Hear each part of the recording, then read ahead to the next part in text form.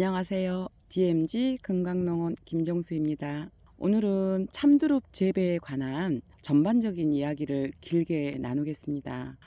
오늘 참두릅 재배에 대한 정보는 제가 그동안 이 참두릅 묘목을 생산 재배하는 그런 경험과 그리고 또 참두릅 묘목의 생육 상태를 관찰을 했던 그런 결과, 임지에서 참두릅 재배를 하시는 분들, 그리고 밭이나 이런 재배지에서 참두릅 재배를 하시는 분들의 경험을 토대로 해서 정리해서 제 개인적인 견해를 더해서 이야기를 나누겠습니다. 오늘 나누는 이야기는 제 개인적인 견해이고 그냥 참고하실 정보로 공유하는 것이에요. 정답의 촉도는 아니라는 점 미리 말씀드립니다. 두릅 재배에 관한 내용을 공유하는 부분에 있어서 상당한 심리적 부담을 갖고 고심한 후에 오늘 영상을 준비했습니다. 사실 두릅 농사가 2, 3년 농사 짓다가 엎어야 되거나 또 전멸을 할 수도 있는 그런 재배에 관련된 내용이라서 조금 중요하게 생각되고 조심스럽게 조심스러운 그런 마음에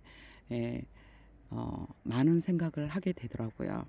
그래서 지금 제가 이 정보에 대한 공유는 해드리지만 최종 판단과 결정은 재배자님 본인의 몫이라는 것을 말씀드리면서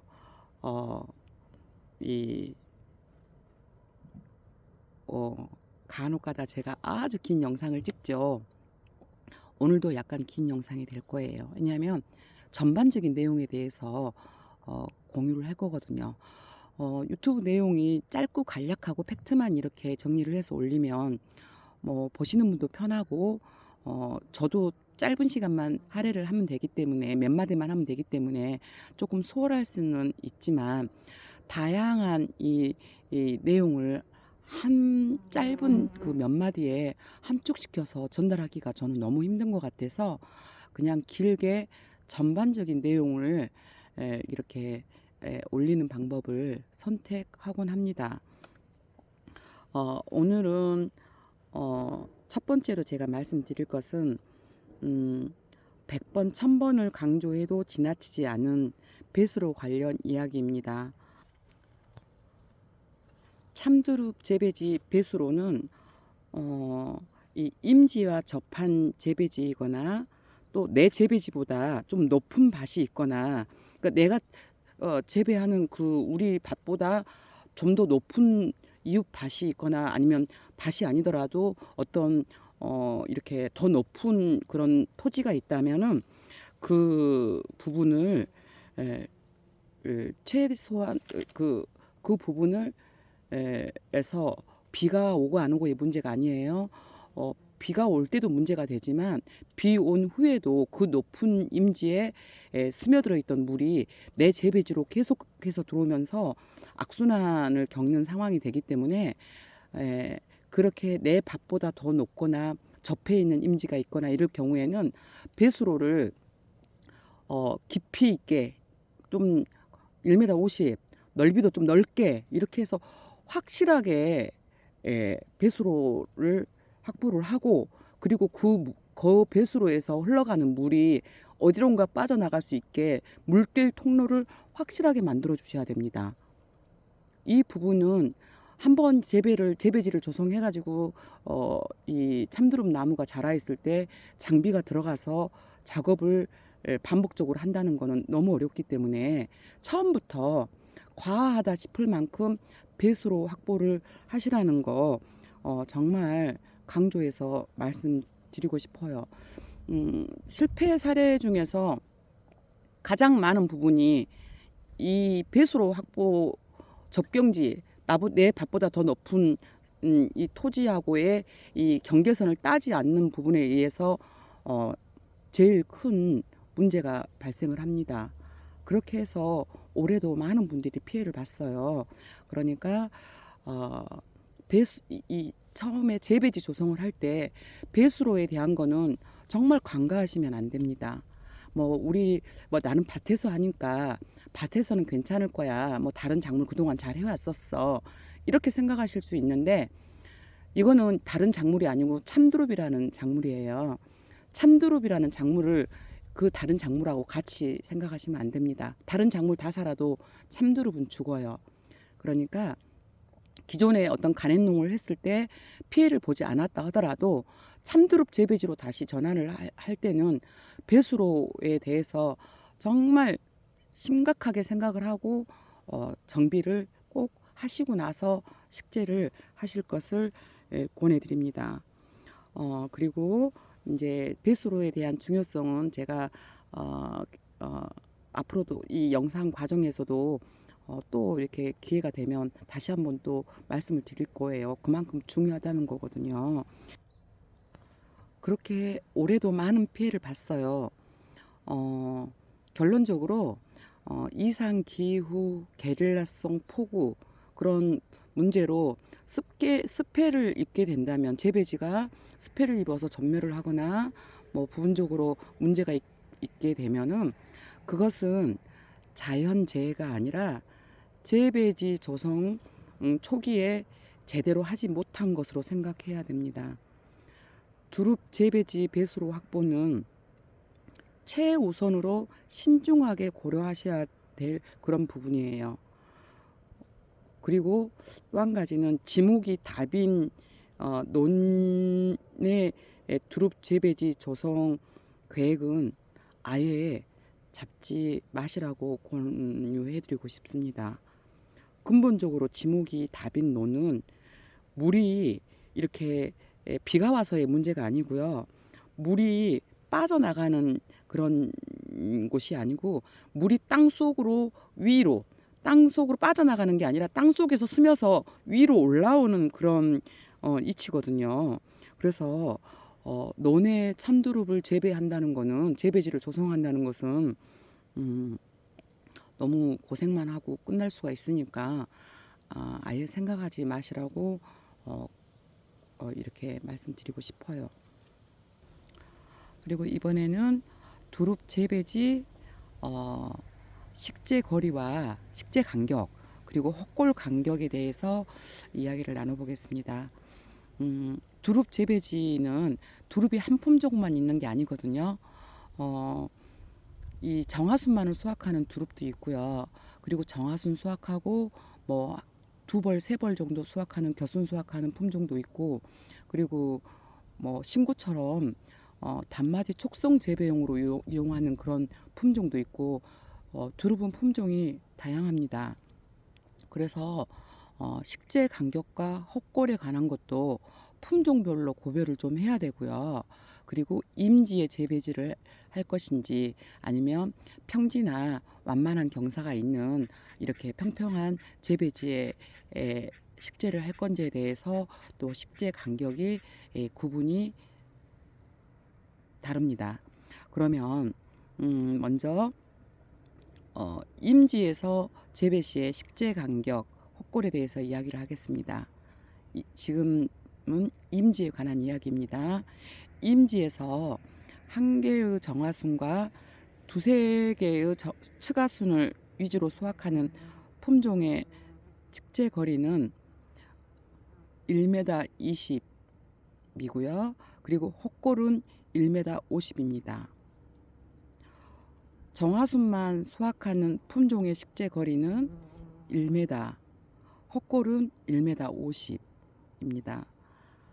신구, 좌호 등 신구하고 좌호 그리고 겨순 수확을 많이 하는 다수확 품종 이런 참두릅의 식재 거리는 임지 식재 시에 식재 거리 1m 50 잡고요. 헛골 간격은 1m 50입니다. 식재 거리는 품종별로 다르게 제가 제안해 드렸는데 헛골이 한결같이 1m 50인 것은 식재 후의 풀관리 문제 때문에 그런데요.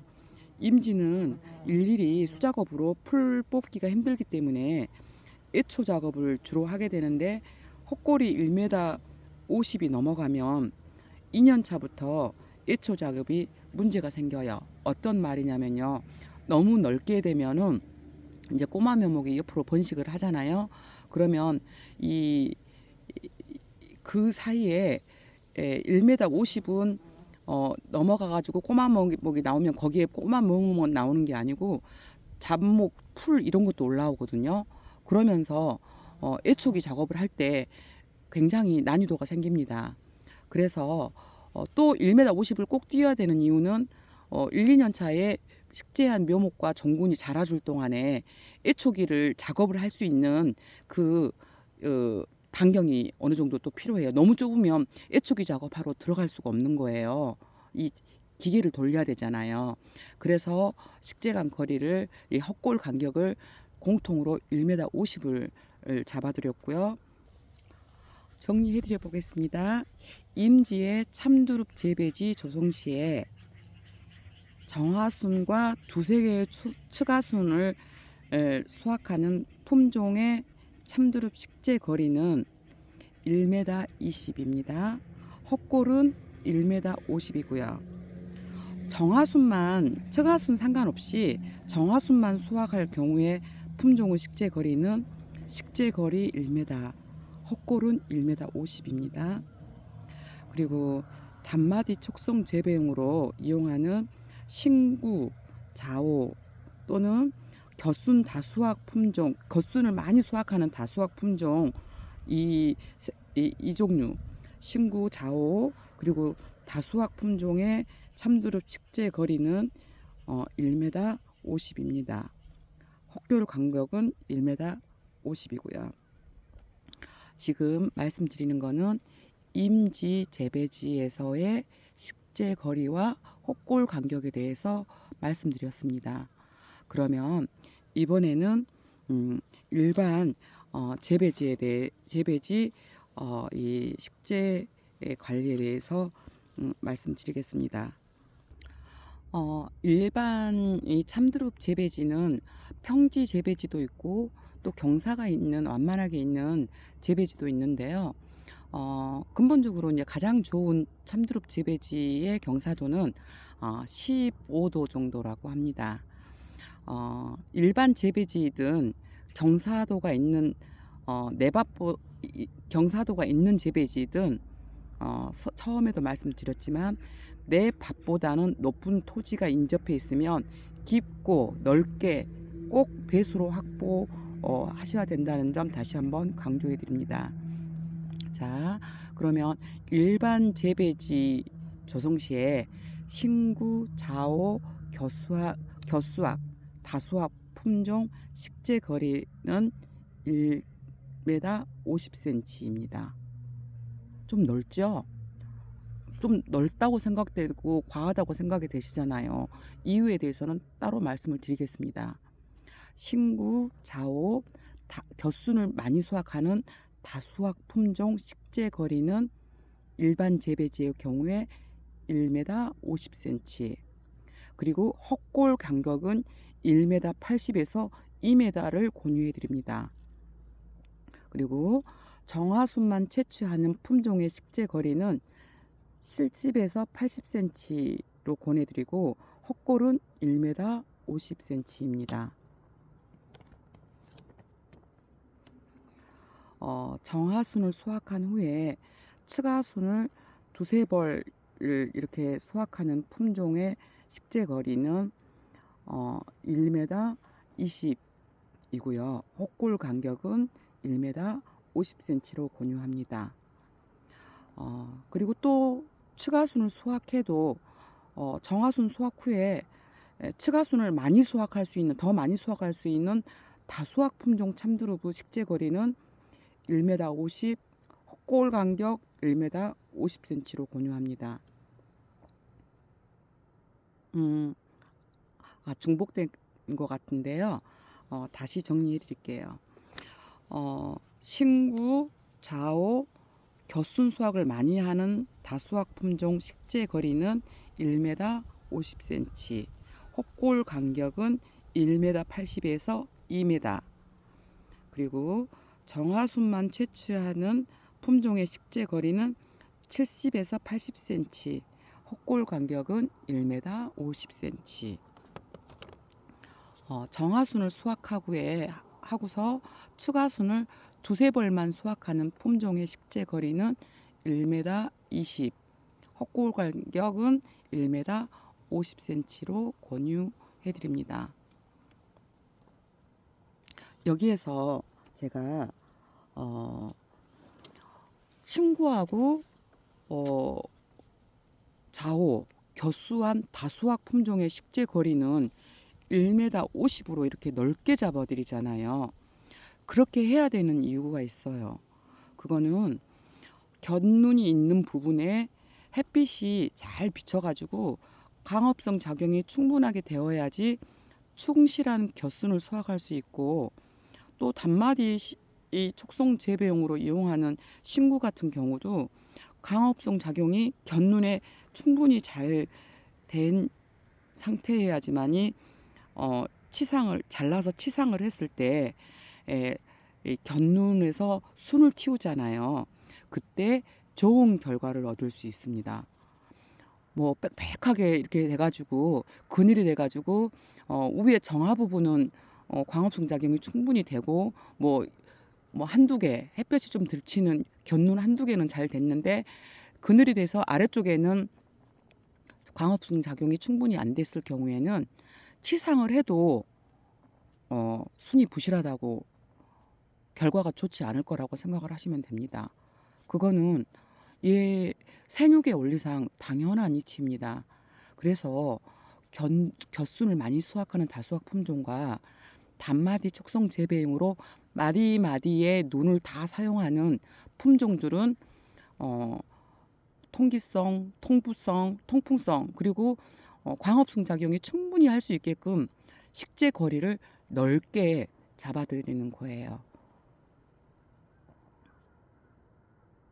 그리고 또 임지 재배지 식재 거리와 헛골 간격에 비해서 일반 재배지의 헛골을 더 많이 2m로 잡아드렸잖아요. 임지에서는 1m 50을 잡아드렸는데 일반 재배지에서는 1m 80에서 2m를 잡아드렸어요. 그거는 일반 재배지는 풀 뽑거나 제초제 이렇게 풀잎만 죽이는 제초제 관련 이런 부분들이 조금 더 용이하기 때문에 그렇습니다.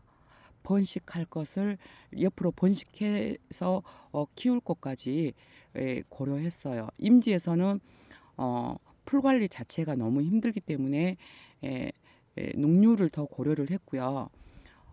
이 일반 재배지에서는 풀 관리가 좀 더 수월하기 때문에 번식한 상태를 더 고려를 했습니다. 이렇게 해서 참두릅 품종 임지 재배지와 그리고 일반 재배지에 대한 품종별로 식재 거리, 헛골에 관한 이야기를 드렸습니다. 이제 식재를 하셨으면은 식재 후에는 또 숙제가 있죠. 풀관리라는 숙제가 있잖아요. 그래서 이번에는 풀관리에 관한 이야기를 나누겠습니다. 풀관리를 하기 위해서 편리하게 하기 위해서 비닐 멀칭과 제초 매트를 하기도 하거든요. 근데 저는 비닐 멀칭, 제초 매트 하지 마시라고 이렇게 말씀드리고 싶어요. 두릅의 뿌리는 근본적으로 열이 있습니다. 열이 있는 거는 두릅의 뿌리가, 이거는 제가 생각하는 이 두릅에 관한 뿌리에 관한 견해인데요. 두릅의 뿌리가 실질적으로 15cm 전후로 이렇게 땅속에 깊게 이렇게 심근속으로 깊게 내리는 게 아니고 천근속으로 이렇게 얕게 뻗고 있는 그런 묘목이잖아요. 그래서 얘들이 뿌리가 토양 표면에서 가깝게 얕게 뿌리가 뻗어 있을 때 겨울에 올동이 나야 되는데 위에 얼었다 녹았다 하는 부분을 피해서 그 아래쪽 한 15cm 전후로 이렇게 뿌리가 쫙 뻗습니다. 옆으로.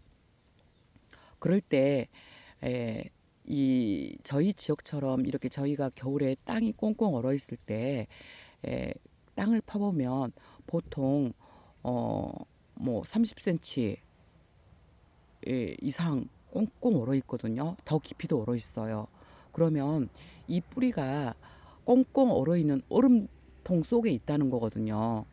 그때 얘네들이 살아날 수 있는 이유가, 같이 얼어 터지지 않고 살아날 수 있는 이유가 이 두릅의 자체에 있는 열인 것 같습니다.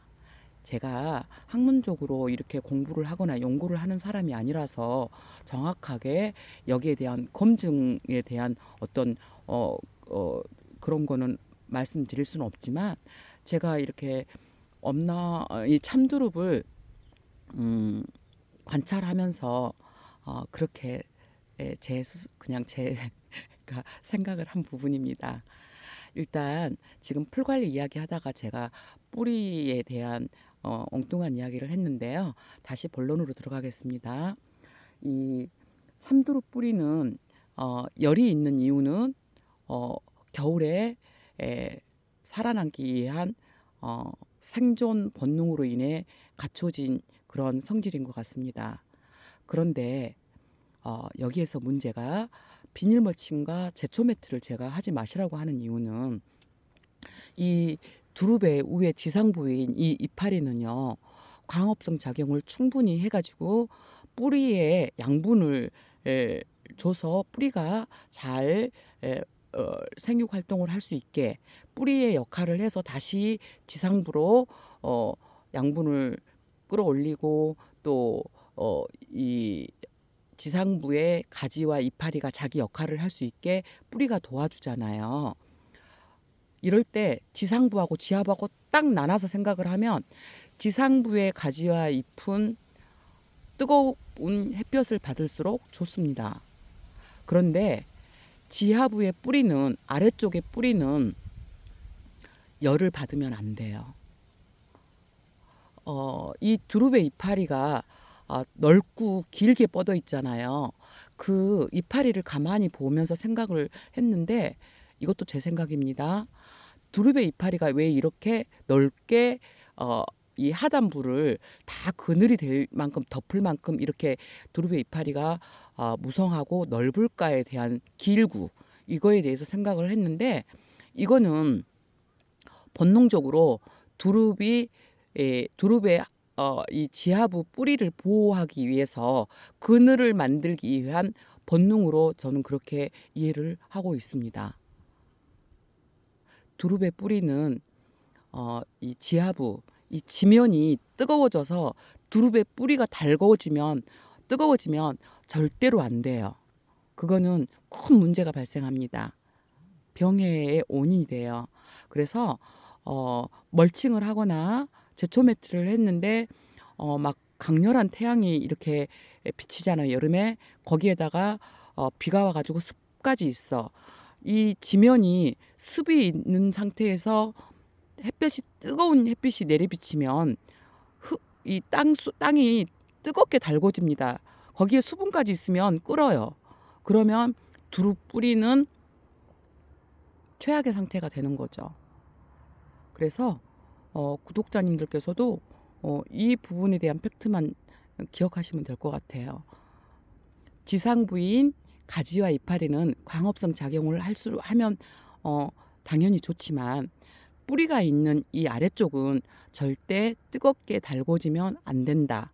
뿌리가 뜨거워지면 안 된다.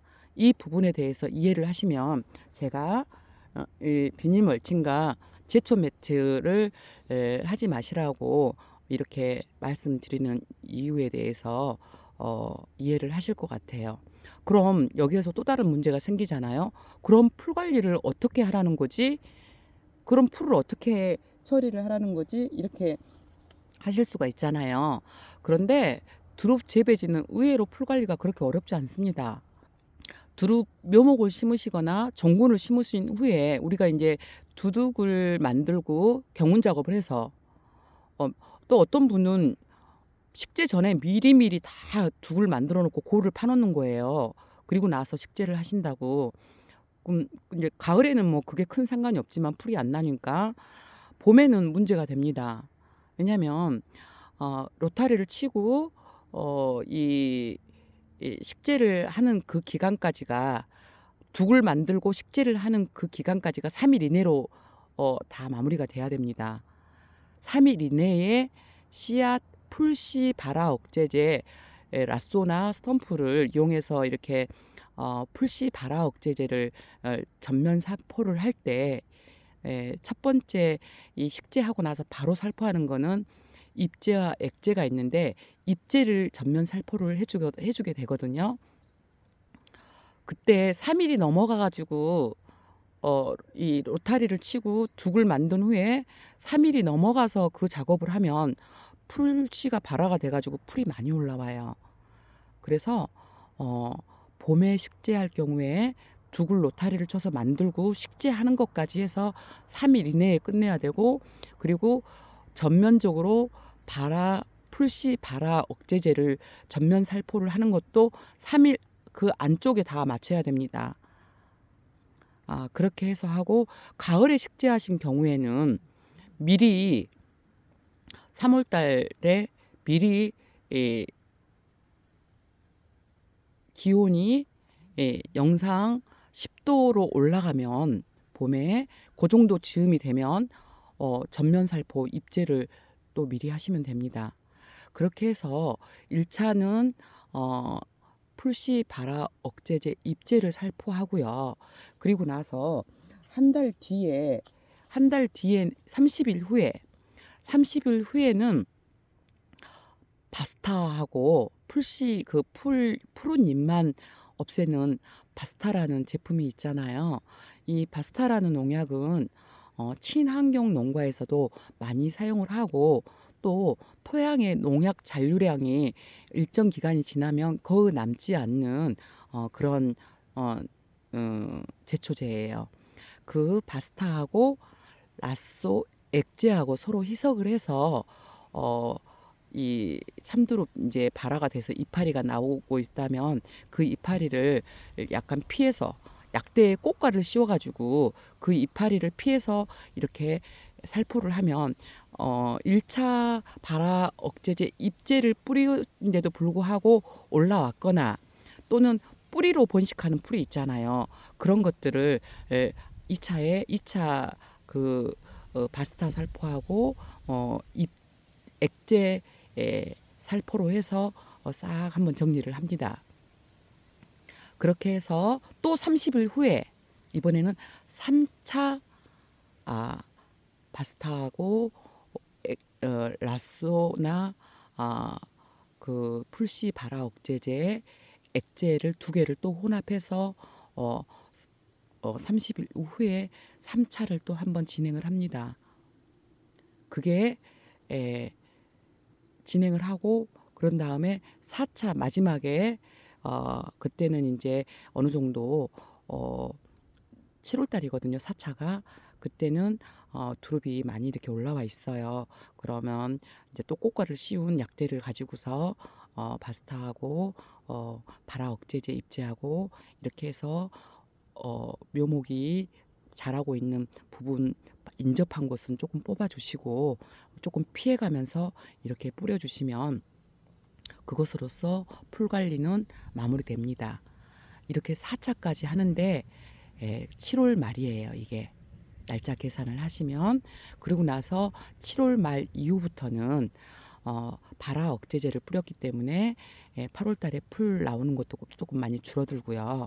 그리고 풀씨로 번식하는 풀씨란다. 이거 뿌리로 번식하는 풀들도 이미 두릅이 좀 더 우위에, 좀 더 두릅이 먼저 성장해서 우위에 있기 때문에 이겨냅니다. 그렇게 해서 8월 달부터의 풀 관리는 손 놓으셔도 되고, 8월 달부터는 두릅 재배지에 드나들지 않는 게 또 두릅 생육에 이롭습니다. 8월 달에는 지면도 습하고 또 이 뿌리도 많이 뻗어 있고 이렇기 때문에 8월 달에는 두릅 재배지에 들어가지 않는 게 훨씬 더 유익합니다. 이렇게 해서 제가 엄나무 재배, 모목 재배하고 참두릅 재배를 이렇게 해보면 참두릅 재배는 풀 관리가 쉬워요. 다만 날짜를 제대로 딱딱 맞춰줘야 됩니다. 날짜를 제때 못 맞춰가지고 그냥 한 달 건너뛰어 버리거나 이러면 복잡해져요. 이미 자란 것들을 다 낫으로 베주거나 뽑아주거나 이렇게 하고서 약재 처리를 해야 되는 상황이 생기기 때문에 날짜를 체크해서 딱딱 제 날짜에 또 날짜를 꼭 보지 않더라도 재배지 상황을 봐가면서 그 처리를 하시면 되십니다. 이렇게 해서 재배지 풀관리에 대한 말씀은 이렇게 말은 마무리하겠고요. 그리고 이번에는 두릅 묘목 생산에 관련된 내용을 말씀드리겠습니다. 두릅 식재를 마치고 그리고 풀관리 과정까지 이제 이야기를 드렸고요.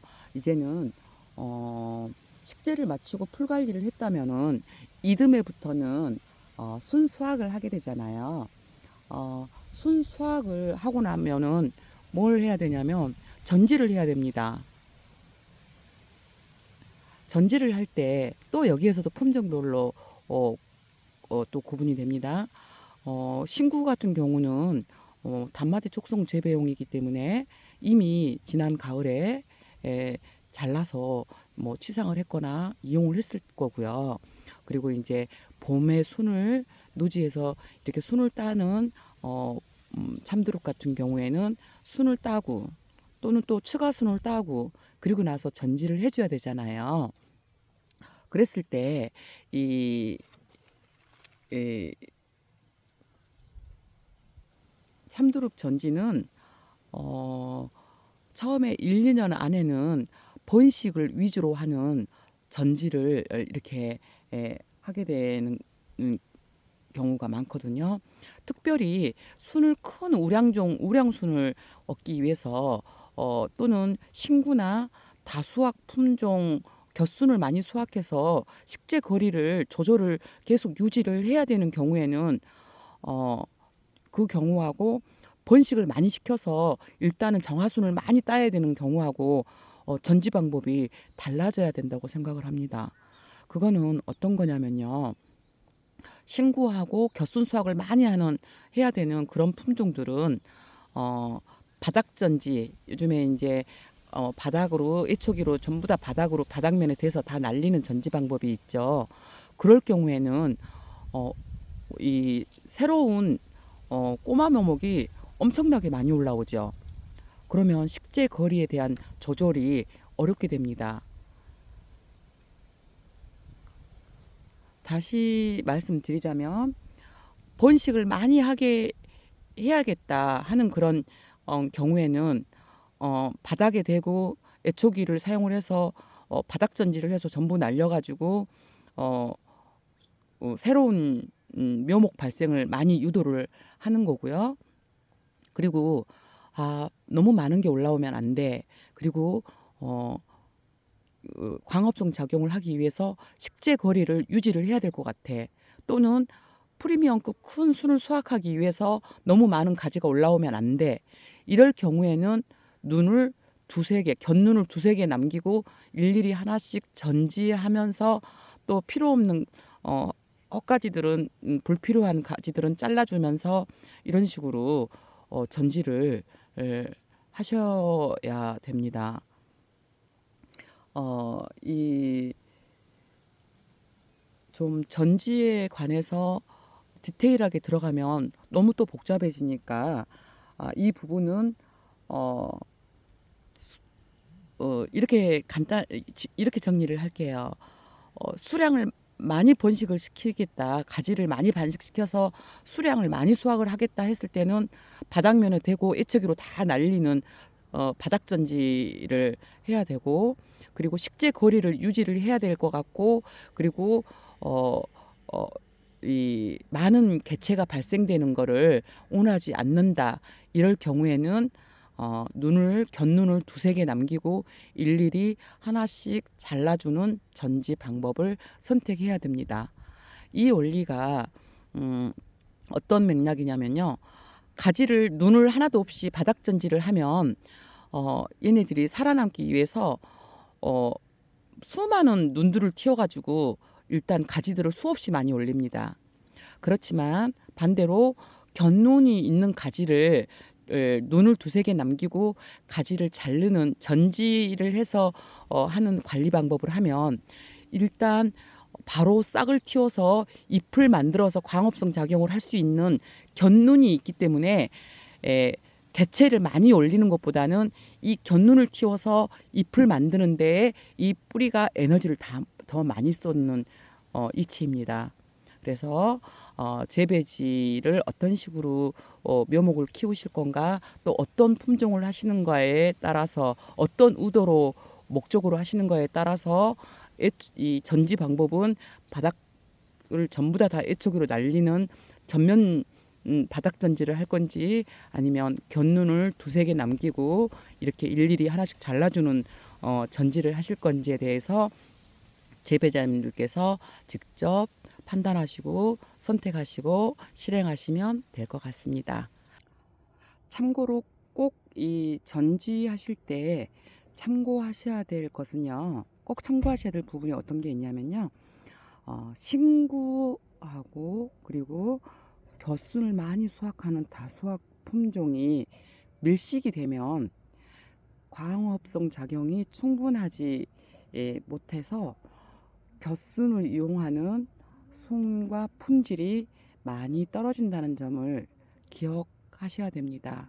그래서 예초하는 방법이 바닥 예초가 좋다, 아니면 곁눈을 두세 개 남기고 하는 게 좋다, 어떤 그런 거에 대한 결론은 없습니다. 내가 어떤 품종을 어떤 목적으로 재배하느냐에 따라서 적절하게 선택을 하셔야 되는 문제인 거죠. 이렇게 해서 전지에 관한 이야기는 마치고, 그리고 이번에는 두릅 묘목 생산에 관한 이야기를 나누겠습니다. 두릅 묘목을 생산하는 방법에는 뿌리를 이용해 가지고 뿌리를 이용한 근삽을 해서 번식하는 방법이 있고, 씨앗을 이용한 실생 번식이 있는데, 저는 품종 선발, 우수종 품종 선발 목적이 아닌 경우에는, 우수 품종을 선발하기 위해서는, 새로운 품종을 하기 위해서는 자연 교잡이라든가 어떤 그런 과정을 통해서 씨앗을 이용합니다. 그렇지만 묘목을 판매 목적으로 해서 번식을 할 경우에는 실생 번식을 하지 않아요. 저는 실생 번식을 그렇게 좋아하지는 않습니다. 이유는 씨앗으로 하는 실생 번식은 유전 형질의 다양성으로 인해서 좋은 묘목에서 이 씨앗을 채취했다 하더라도 유전 형질이 다양하기 때문에 좋은 품종만 나오는 게 아니고 열성한 좋지 않은 품종이 더 많이 나와요. 그리고 좋은 품종은 일부입니다. 그런데 그거를 다 가려내기가, 묘목을 해서 다 솎아내기가 어렵죠. 그리고 순을 맺어보기 전에는 알 수도 없고요. 그렇게 해서 이미 검증이 된 어미모수의 뿌리를 이용하는 근삽 번식만 저는 하기 때문에, 판매 목적으로는. 그래서 근삽에 관련된 이야기만 나누겠습니다. 뿌리를 이용해서 묘목을 생산하는 근삽을 하는 방법 중에는 제가 대략 한 5가지로 이렇게 분류해서 이야기를 할게요. 첫 번째 묘목 생산 방법은, 묘목 재배지에서 지금 보시는 것처럼 이렇게 두굴을 만들고 고랑을 만들어서 일정한 간격으로 이렇게 균일하게 손질된 전분을 식재해서 묘목을 정상적으로 생산하는 방법이 있고요. 또 두 번째는 순생산 재배지에 모수가 있는 순생산 재배지에서 발생된 꼬마 묘목을 솎아내서 그것을 판매하는 방법도 있고요. 그리고 세 번째는 묘목을 생산하는 재배지를 전문적으로 조성을 하는데, 지금 보이시는 이렇게 묘목이 있어요. 그러면 묘목을 포크레인으로 전부 다 굴치를 해서 뽑아내는 게 아니라 삽으로 콕콕 찔러 가지고 묘목만 전부 다 뺍니다. 그러면 이 땅 속에 뿌리가 많이 있잖아요. 그러면 거기에서 이 묘목만 삽으로 콕콕콕 찔러 가지고 묘목만 뽑거나 아니면은 이렇게 쑥 잡아서 이렇게 꺼내면 이 땅 속에 수많은 뿌리가 있기 때문에 새로운 묘목이 어마어마하게 발생이 되죠. 그렇게 하면 또 그 다음에 또 그 묘목만 또 쏙쏙 뽑아냅니다.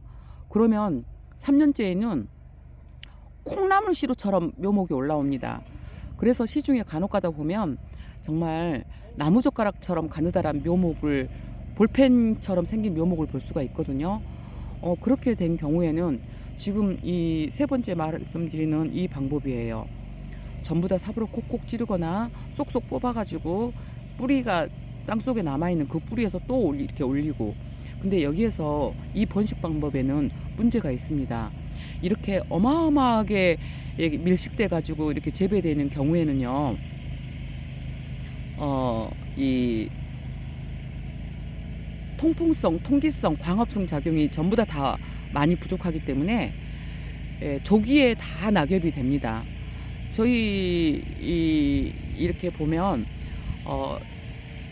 아직 낙엽이 될 시기가 아닌데 조기에 전체가 낙엽이 된 재배지가 있어요. 그런 경우에 가만히 살펴보면 밀식의 정도가 지나치고 그리고 또 다른 경우에는 너무 지나치게 이렇게 입지 조건이 안 좋아서 시달리거나 아니면은 습해를 입었거나 이런 식으로 이런 게 이렇게 되면은 조기 낙엽이 정상적인 낙엽이 아니고 조기 낙엽이 이루어집니다. 전체가 이파리가 다 떨어져요. 그러면 그런 경우에는 정상적인 100%짜리 좋은 묘목이라고 저는 생각하지 않습니다.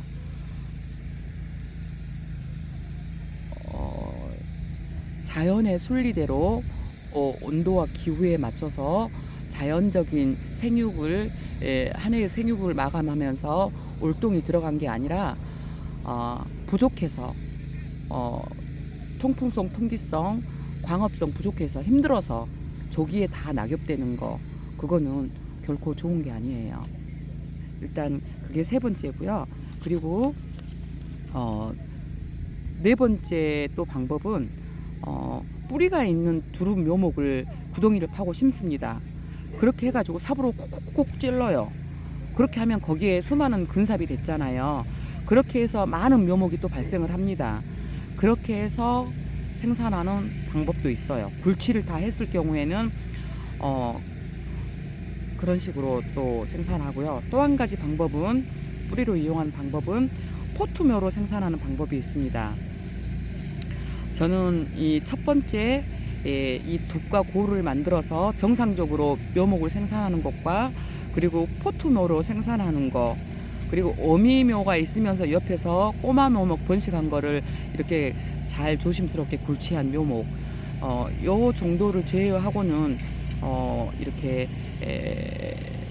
선호하지 않는 방법이기도 하고, 좋은 묘목을 얻을 수 있는 방법은 아니라고 생각합니다. 다만 제가 이렇게 말씀드리는 거는 묘목을 생산하는 거에 그렇게 다양한 방법이 있다라고 이렇게 말씀드리는 거고요. 지금 이렇게 5가지의 묘목을 생산하는 방법이 있을 때 구독자님께서는 어떤 묘목을 구입을 하실 건지에 대해서 생각을 해보시면 될 것 같아요.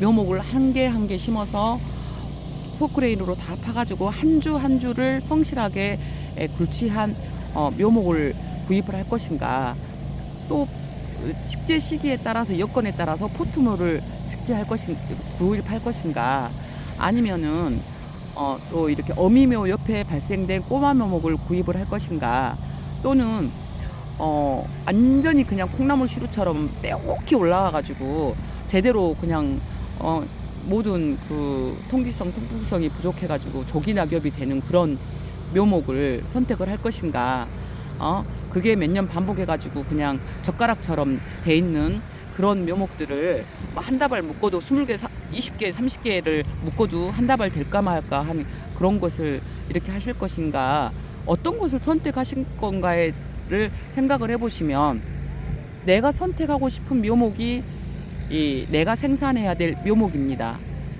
그렇게 해서 묘목 생산하는 방법을 선택하시면 될 것 같습니다. 영상을 찍다가 트랙터 소리 때문에 너무 시끄러워서 집으로 돌아왔어요. 재배지에서. 저희 전방 재배지가 아니고 저희 집하고 가까운 재배지에서 제가 촬영을 하고 있었거든요. 그래서 저희 집에 뒷곁에 있는 제가 올 봄에 눈 2개에서 3개를 남기고 전지를 했던 참두릅을 배경 삼아서 이렇게 다시 영상을 다시 말씀을 드리겠습니다. 제가 오늘 이 영상을 준비하면서 처음으로 이 간략간략하게 대본을 정리를 해서 제가 이렇게 한 장씩 넘겨가면서 말씀을 드렸습니다.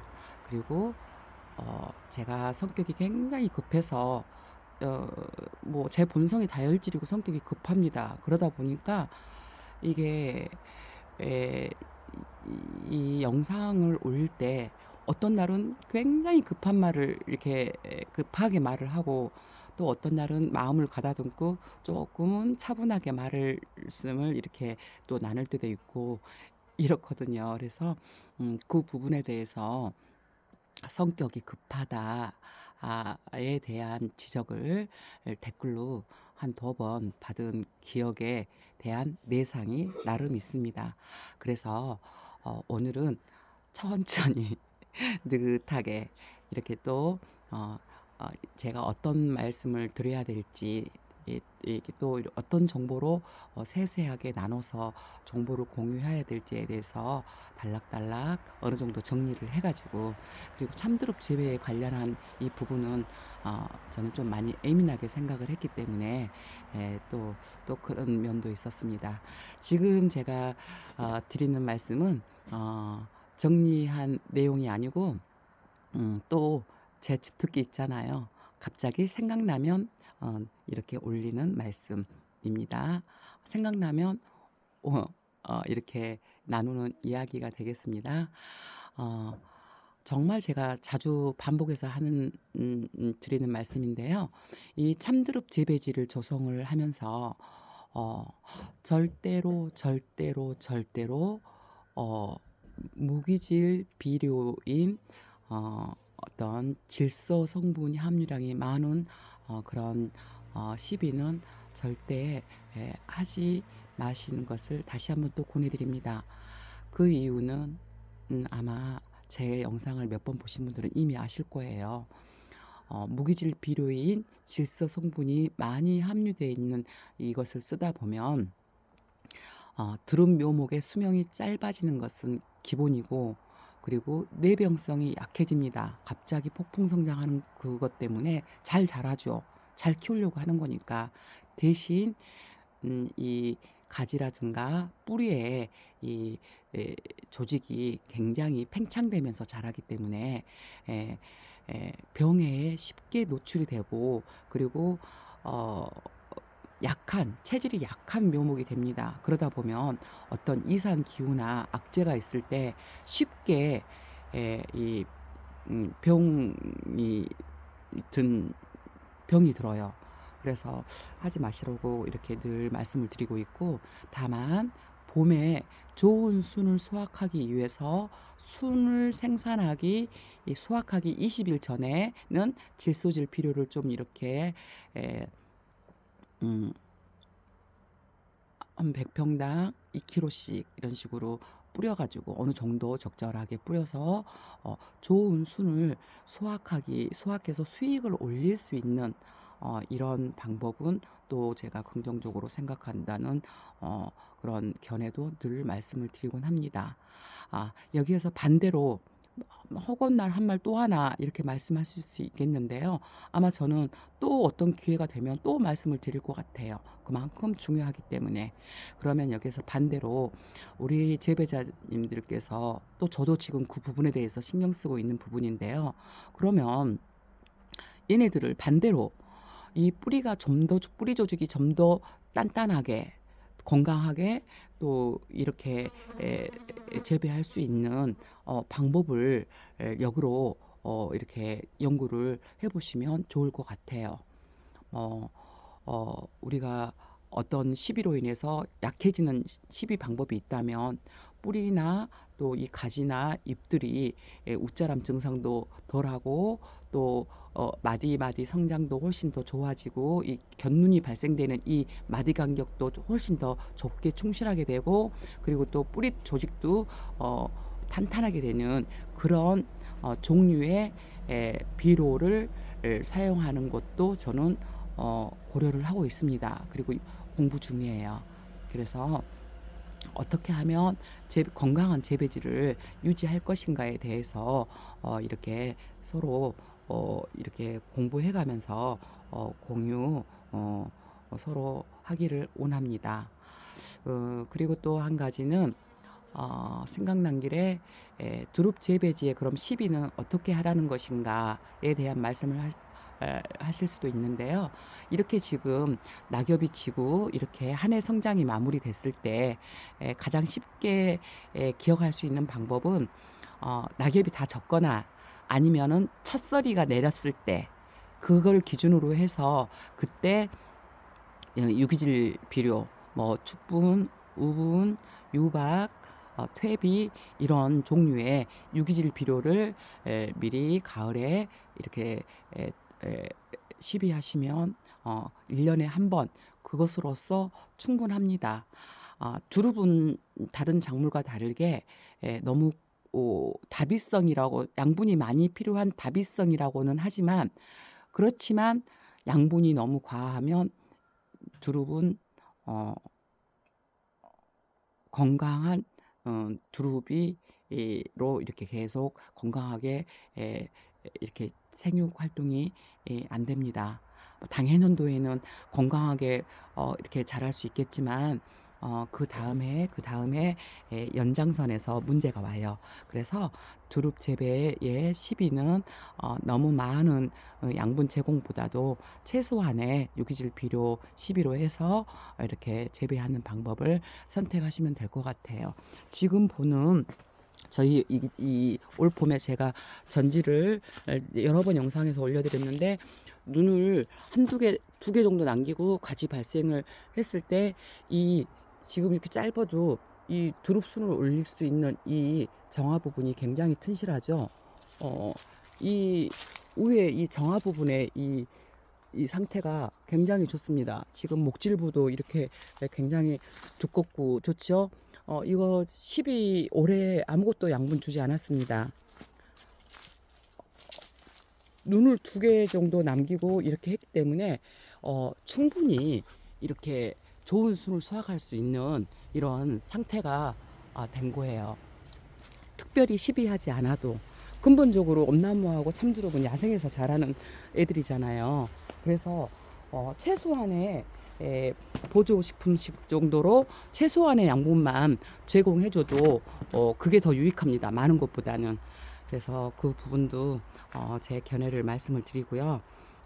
그리고 또 한 가지는 지금 어떤 거를 제가 준비를 하고 있냐면요. 이 부분은 또 제 개인적인 로 준비해 가고 있는 건데요. 촉성 재배를 할 수 있는 신구 품종 그리고 엄나무 하고 몇 가지 여름두릅 요런 부분들을 올 겨울에 포트묘 생산을 어 좀 많이 할 계획을 가지고 지금 준비하고 있습니다. 신구 포트묘하고 미넘나무 포트묘, 우량종 가시 있는 엄나무, 그리고 그 외에 여름두릅, 이영참두릅, 그리고 제가 또 선발하고 있는 몇 가지의 품종들의 이런 우수 품종들을 포트묘 생산을 지금 준비하고 있어요. 그래서 그런 부분에 대한 관심도 좀 부탁드리고요. 또 한 가지 추진 중인 부분은요. 우리가 좋은 품종을 선발하기 위해서는 어떤 일련의 교육 과정, 배우는 과정이 필요하잖아요. 그래서 그래도 우리나라에서 나름대로의 세 손가락 안에 드는 그런 전문적인 이 실력이 갖추신 그런 박사님들을 모시고 어 어떠한 기간을 몇 년이 3 년이 걸리든 5 년이 걸리든 그 기간에 연연하지 않고 어 우수한 품종 선발을 위한 자연 교잡이라든가 또는 조직 배양이라든가 또 이렇게 해서 그 교육 과정 프로그램을 할 수 있는 진행 팀을 구성을 할 계획을 하고 있습니다. 우수한 품종을 또 개발을 하면 선발을 하면 내가 선발한 그 품종, 내가 공부해서 선발한 그 품종, 내가 노력해서 선발한 좋은 품종을 또 이렇게 지적 재산 권리잖아요. 그거를 또 특허 출원하거나 또 이렇게 품종 등록을 하거나 하는 그런 과정들에 대한 전반적인 것도 도움을 받을 수 있고 좀 더 수월하게 할 수 있는 그런 과정까지 다 포함을 해서 그런 특별한 그런 교육팀을 구성할 계획을 가지고 지금 추진 중에 있습니다. 그건 준비 중이기 때문에 지금 이제 박사님들 전문적인 공인이 된 그런 전문 육종 조직 배양 육종 관련 또는 자연 교잡이라든가 이런 전문성을 가진 노련한 그런 학문이 계시는 분들을 모시고 그렇게 해서 우수 품종을 선발해서 또 우리가 그것을 특허 출원해서 나의 품종으로 이렇게 공급을 할 수 있는 그런 방법들을 알아가는 그 기회를 대해서 또 관심이 있으신 분들도 또 이렇게 한번 알고 계시고 또 이렇게 어, 호응 부탁드려 봅니다. 끝으로 이제 이 끝으로 이제 제가 마지막으로 이 긴 영상을 이제 마무리하면서 묘목업을 고려하시는 구독자님과 나누고 싶은 내용을 이야기하겠습니다. 묘목을 생산하는 것을 이렇게 고려 중이신 구독자님께서는 내가 판매해서 수익을 잘 올릴 수 있는 재배를 고려하기 이전에 수익을 우선으로 고려한 재배를 하기 이전에 내가 선택해서 사고 싶은 묘목을 생산하시려고 하는 자세로 접근하시는 것이 훨씬 더 장기적으로 봤을 때 좋은 방법이라는 것에 대해서 또 제 견해를 말씀드려 봅니다. 내가 꼭 사고 싶은 묘목, 값진 수익을 이렇게 단기적으로 그냥 어떤 일확천금 같은 그런 느낌, 고소득을 할 수 있던 그게 아니라 내가 꼭 사고 싶은 묘목이 값진 수익을 올려주고 그 이상의 수익도 당연히 중요하지만 내가 농사를 짓고 할 때 보람과 성취감이 베이스에 없으면 이거 농사 못 짓는다고 저는 생각을 하거든요. 그래서 이 보람과 성취감도 함께 누릴 수 있는 그런 재배 묘목 생산업으로 접근하신다면은 좋을 것 같고, 그렇게 하시다 보면은 원하시는 수익의 그런 부분과 정신적인 만족감과 모든 부분이 충족될 수 있을 만큼 보상받을 수 있다고 생각되기 때문에 드리는 말씀입니다. 아, 농사는 사실 우리가 땀방울로 하는 땀방울을 흘려가지고 정말 내 땀방울로 이 나무를 키운다는 심정, 막 그런 심정으로 임하는 게 이 농사이잖아요. 그리고 또 실제적으로 그렇고요. 그래서 이제 음, 어, 한 방에 고소득을 창출하는 거를 바라신다면 엄나무, 참두릅, 묘목 생산업은 할 일이 못 된다고 저는 생각합니다. 제가 해보니까 그래요. 이 엄나무하고 참두릅을 좋아하지 않아.